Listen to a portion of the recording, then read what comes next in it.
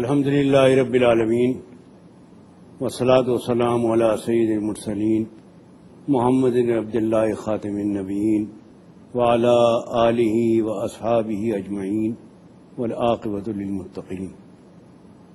محترم ناظرین و سامعین، ہماری گفتگو کا موضوع ہے کہ آخرت پر یقین دنیا کو سنوارتا ہے۔ اس عنوان کا مطلب یہ ہے کہ جو آدمی یہ یقین رکھتا ہو کہ اسے ایک دن اس دنیا کو چھوڑ کر دوسری دنیا میں جانا ہے جس کا نام عالم آخرت ہے، تو اس کی یہ دنیا بھی سنور جاتی ہے۔ یہ بات جو ہمیں تفصیل کے ساتھ آپ کی خدمت میں پیش کرنی ہے، کوئی فلسفیانہ بات نہیں ہے، بلکہ زندگی کی ایک ایسی سچائی ہے جس کو آپ اپنی آنکھوں سے دیکھ سکتے ہیں۔ ایک آدمی ہے جو دنیا کو دنیا کے لیے ہی کرتا ہے، دنیا کو دنیا کے لیے ہی برتتا ہے، یعنی اس کا مقصد دنیا برائے دنیا ہے کہ دنیا میں ہی اس کو فائدہ پہنچے، اور اگر وہ نقصان سے بچتا ہے تو اس لیے کہ دنیا میں وہ نقصان سے بچ سکے، یعنی بس اسی محدود دنیا کا نفع نقصان اس کے سامنے ہے۔ ایک شخص وہ ہے کہ جو صرف اس دنیا کے نفع نقصان پر نظر نہیں رکھتا، بلکہ اس کے سامنے یہ ہے کہ میں اس دنیا میں جو کروں گا مجھے دوسری دنیا میں اس کا پھل ملے گا۔ اگر میں برا کروں گا تو وہاں مجھے برا انجام دیکھنا پڑے گا، اگر میں اچھا کروں گا تو میرے سامنے اس کا اچھا نتیجہ آئے گا۔ یہ دو کردار ہیں، دو طرح کے انسان ہیں، ایک وہ جو دنیا کو دنیا کے لیے برت رہا ہے، اور ایک وہ جو دنیا کو آخرت کے لیے برت رہا ہے۔ ان دونوں طرح کے انسانوں میں کیا فرق ہے، یہی ہم آج کی گفتگو میں بتانا چاہتے ہیں۔ ایک انسان جو دنیا کو دنیا کے لیے ہی برت رہا ہے، اس کے سامنے صرف یہ ہے کہ مجھے اس دنیا میں فائدہ پہنچے اور میں دنیا کے نقصان سے بچوں۔ اس کا مطلب یہ ہے کہ وہ اپنی غرض کو سامنے رکھتا ہے، یہ خود غرض انسان ہے۔ اگر اس کے کسی عمل سے بہت سارے لوگوں کو نقصان ہو رہا ہو تو وہ اپنے نفع کے لیے ان کے نقصان کی فکر نہیں کرے گا۔ میں کیوں کروں؟ مجھے تو دنیا کا فائدہ اور دنیا کا نقصان دیکھنا ہے۔ ہاں، دنیا میں مجھے اگر اس کا کوئی فائدہ پہنچتا ہو تو میں ضرور کروں گا۔ ایسے انسان کا کردار بڑا مختلف کردار ہوگا۔ وہ کیوں کسی دکھیا کے کام آئے گا، کیوں کسی پریشان حال کی پریشانی دور کرے گا کہ صاحب مجھے کیا فائدہ پہنچا کہ میں نے اس کی پریشان حال کی پریشانی دور کر دی، میں نے اس بھوکے کو کھلا دیا، مجھے کیا ملا؟ دنیا میں مجھے کیا ملا؟ اگر میں نے کسی کا یہ کام کر دیا تو مجھے یہاں کیا حاصل ہوا؟ ہر کام میں وہ دنیا کی ناپ تول کو سامنے رکھے گا۔ ایک شخص ہے کہ جو اس کے سامنے یہ ہے کہ یہاں ملے نہ ملے لیکن وہاں جا کر ملے گا۔ وہ کسی کو فائدہ پہنچائے گا اس لیے نہیں کہ اس کے بدلے میں اس کو یہی فائدہ مل جائے، وہ سوچ کر کرے گا کہ نہیں ملا تو کچھ نہیں، وہاں مل جائے گا۔ اب ہر چیز کا بدلہ اگر آپ یہی لینا چاہیں تو کیسے ممکن ہے؟ اب 1 روپے کے بدلے میں 1.5 روپیہ اور 2 روپے کے بدلے میں 3 روپے یہی تھوڑے ملتے رہیں گے۔ بہت سارے کام انسان کو اس سماج میں، اس سوسائٹی میں جس میں ہر طرح کے لوگ بستے ہیں. سارے کے سارے کوئی امیر نہیں بستے اس دنیا میں. یہاں غریب بھی ہیں، امیر بھی ہیں، اوسط درجے کے بھی لوگ ہیں. اور یہ سب ملے جلے جو لوگ پروردگار نے بنائے ہیں، ان کا مقصد ہی یہ ہے کہ جن کو زیادہ دیا ہے ان کی بھی آزمائش ہے، اور جن کو کم ملا ہے ان کا بھی امتحان ہے. اگر دینے والا چاہتا تو سب کو بالکل برابر کی ہر چیز دے دیتا، سب کو صحت دے دیتا، سب کو حسن دے دیتا، سب کو برابر کی دولت دے دیتا. ہر چیز سب کے حصے میں برابر برابر آ جاتی تو اس دنیا کا نظام نہیں چل سکتا تھا. کون آپ کے لیے مزدوری کرتا جب اس کے پاس بھی اتنے ہی پیسے ہیں جتنے آپ کے پاس ہیں؟ وہ کیوں آپ کے لیے محنت کرے گا؟ کیوں آپ کے لیے کام کرے گا؟ جتنا آپ کے پاس ہے اتنا اس کے پاس بھی ہے. اگر صلاحیتیں اور دماغ سب کے ایک جیسے ہوتے تو کیوں لوگ ایک دوسرے کے کام آتے؟ زیادہ صلاحیت والا، دوسرا کم صلاحیت والا، وہ اس کے کام آ رہا ہے، وہ اس کے ضرورت کو پوری کر رہا ہے. یہ جو تال میل بنتا ہے، یہ تال میل بنتا ہی اس لیے ہے کہ پروردگار نے ساری دنیا ایک جیسی نہیں بنائی. جن لوگوں نے مصنوعی طور پر، بناوٹی طور پر ساری آبادی کو ایک جیسا بنانے کی کوشش کی، وہ کامیاب نہیں ہو سکے، کیونکہ یہ فطرت کے تقاضے کے خلاف تھا. فطری بات یہ ہے کہ انسان سوچتا ہے کہ مجھے اس کا فائدہ ہونا چاہیے، یہاں نہیں تو وہاں ہونا چاہیے. اگر یکسانیت چل پاتی تو یہ دنیا کا نظام نہ چلتا. اس لیے پروردگار نے یہ رکھا ہے، اور اس میں دونوں کا امتحان ہے. مالدار کا امتحان ہے کہ وہ اپنے مال سے دوسروں کو فائدہ پہنچائے. غریبوں کا امتحان ہے کہ وہ تھوڑے پر بھی قناعت کر لیں، بنا کر فقیروں کا ہم بھیس غالب تماشائے اہل کرم دیکھتے ہیں. تو دنیا میں جو ایک دوسرے کی ضرورتیں پوری کرتا ہے وہ یہ نظام ہی پوری کرتا ہے. اور اس نظام میں اگر صرف یہ ہو کہ مجھے دنیا میں ہی ملنا چاہیے تب بھی یہ نظام نہیں چل سکتا. آپ غریبوں کی دستگیری کرتے ہیں، پریشان حال لوگوں کی پریشانیوں کو دور کرتے ہیں، اس لیے نہیں کہ دنیا میں ہی آپ کو اس کا معاوضہ مل جائے. آپ یہ سوچ کر کرتے ہیں کہ میں یہ نیک کام کر رہا ہوں، اچھا کام کر رہا ہوں، مجھے دوسری دنیا میں جا کر اس کا معاوضہ، اس کا بدلہ ملے گا. تو آخرت پر جو یقین ہے وہ دنیا کو بھی سنوارتا ہے. اگر یہ یقین دنیا سے اٹھ جائے اور دنیا ہی کے اوپر صرف ہمیں یقین رہ جائے کہ دنیا ہی سب کچھ ہے، تو پھر نیکی اور بدی، گناہ اور اچھائی، ان سب کے تصورات کا خاتمہ ہو جائے. یہ دوسری دنیا کا احساس ہی ہماری دنیا کو ٹھیک رکھتا ہے. اور جو حقوق کی ادائیگی ہے، جس کا جو حق ہے وہ اس کو ملے، یہ آخرت پر یقین کے بغیر ممکن ہی نہیں ہے.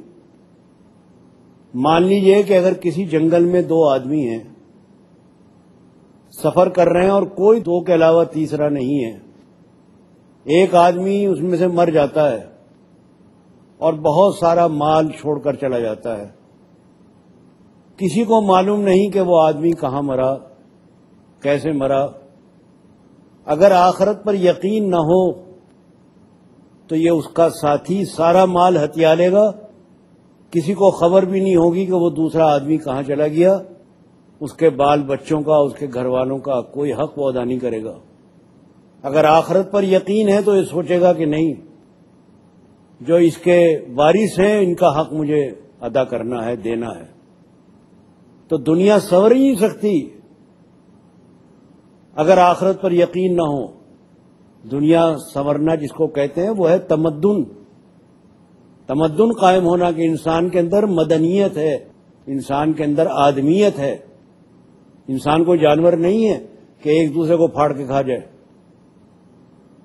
پروردگار نے انسان کو کے اندر ہمدردی اور محبت کے جذبات رکھے ہیں. ان محبت اور ہمدردی کے جذبات کو تازہ رکھنا اور ان کو صحیح رخ دینا، اسی کا نام تمدن ہے.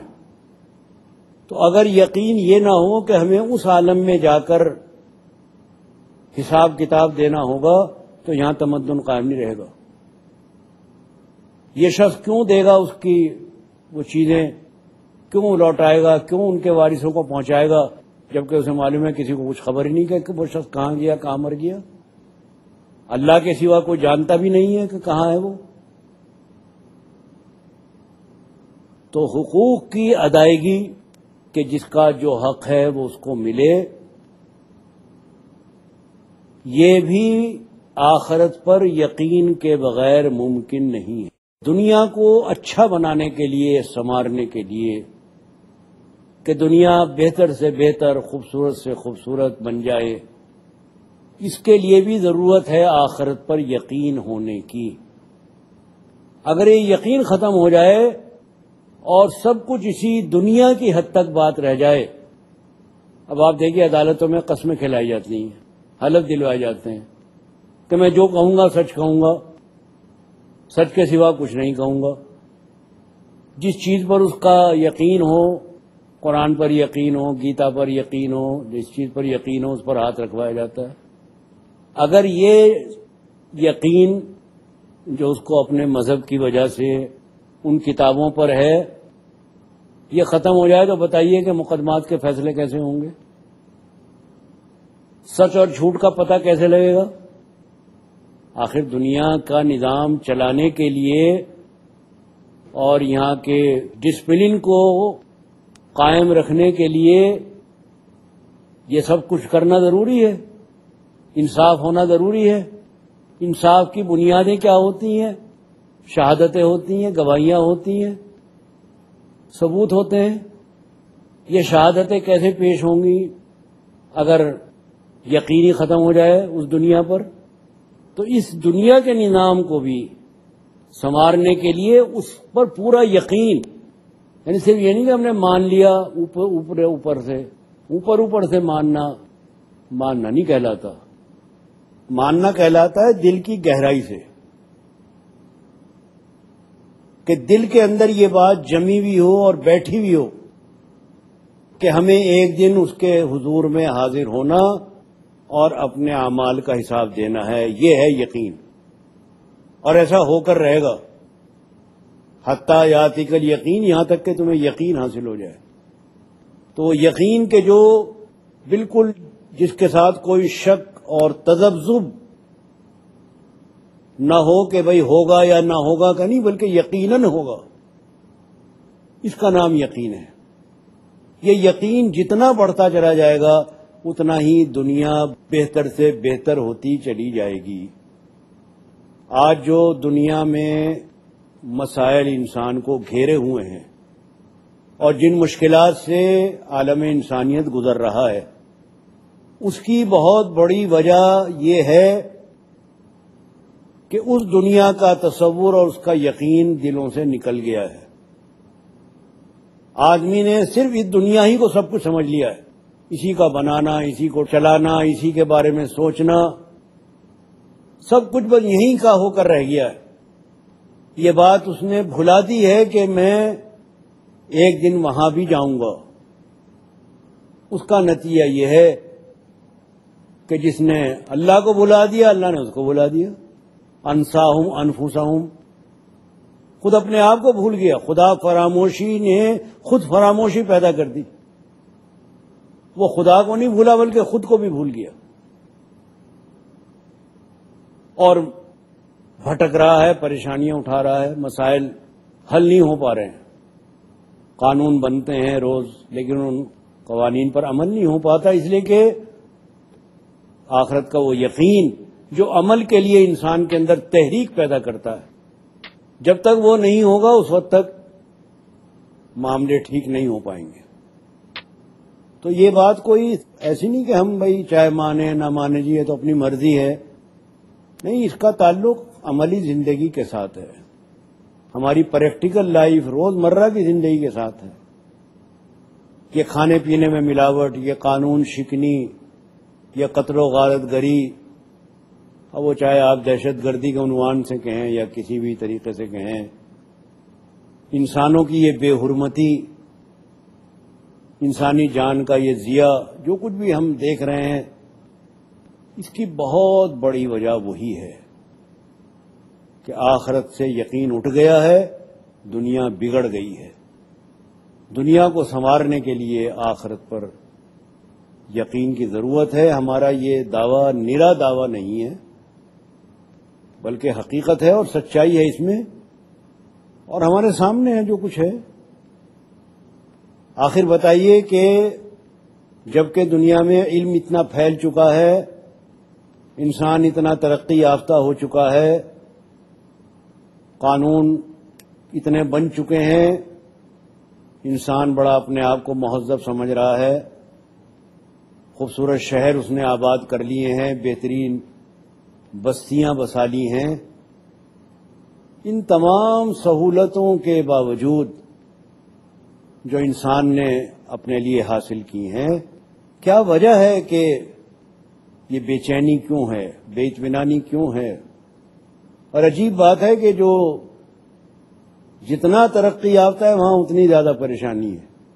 یہ صرف غریب ملکوں میں نہیں ہے کہ آپ کہتے ہیں بھائی غربت کی وجہ سے ہے، یہ غربت کی وجہ سے نہیں ہے، یہ دراصل مسئلے کی جو جڑ ہے، بیماری کی جو بنیاد ہے وہ یہی ہے کہ انسان بھول گیا ہے آخرت کو اور یقین اس کا اٹھ گیا ہے، وہ سب کچھ یہیں لے لینا چاہتا ہے۔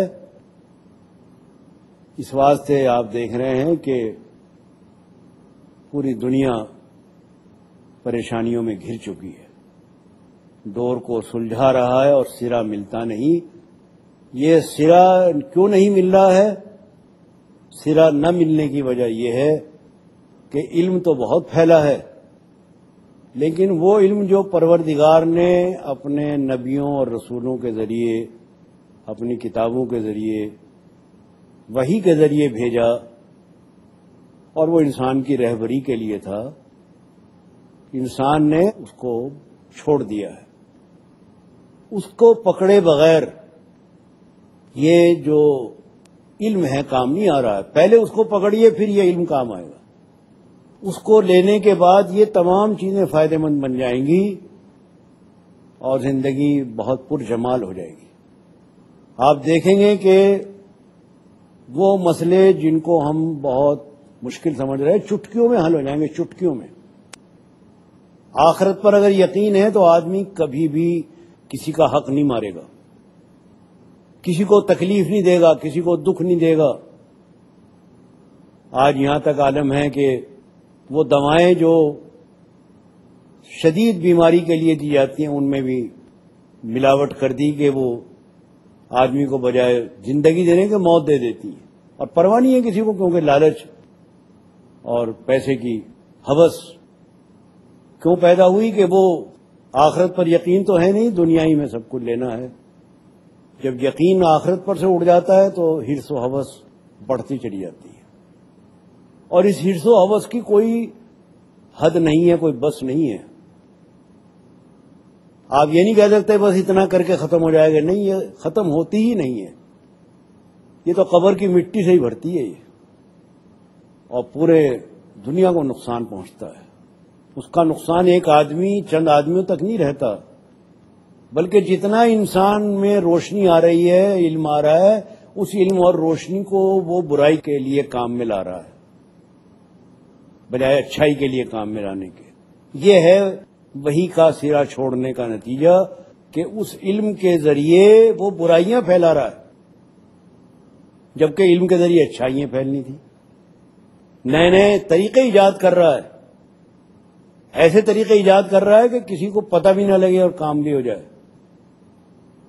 تو بات برائے بات نہیں ہے، بلکہ سچائی ہے اور تمام انبیاء کرام کی دعوت کا نچوڑ یہی ہے، حضرت محمد صلی اللہ علیہ وسلم کا ارشاد یہی ہے کہ بغیر آخرت پر یقین کے ہمارے مسائل حل نہیں ہوں گے۔ دنیا سنورے گی تو جب ہی سنورے گی جب ہم اس بات پر پورا یقین رکھیں کہ ہمیں ایک دن اس کے حضور میں حاضر ہونا ہے۔ یہ فکر آخرت دراصل تمام مسائل کا حل ہے، تمام مسائل کا حل ہے یہ، اور یہیں سے دعوت کا کام یہیں سے شروع کیا ہے انبیاء نے۔ جب انبیاء کرام دنیا میں آئے، حضرت محمد صلی اللہ علیہ وسلم تشریف لائے، دنیا میں اس وقت بھی غربت تھی، قتل و غارت گری تھی، یہ سارے اس وقت بھی مسئلے تھے، لیکن آپ نے بات جو شروع کی وہ یہاں سے شروع کی۔ نتیجہ یہ ہوا کہ وہ غربت بھی دور ہو گئی، وہ دہشت گردی بھی ختم ہو گئی، امن و امان بھی قائم ہو گیا، لوگوں کو سکون اور اطمینان مل گیا، اور زندگی بڑی صاف و شفاف ہو گئی۔ آج کیسا ہم ترستے ہیں اس زندگی کے لیے کہ اس دنیا میں ہم کیسے ایک اچھی صاف ستھری زندگی گزار سکیں، اس کے لیے ہم کتنے بے چین ہیں۔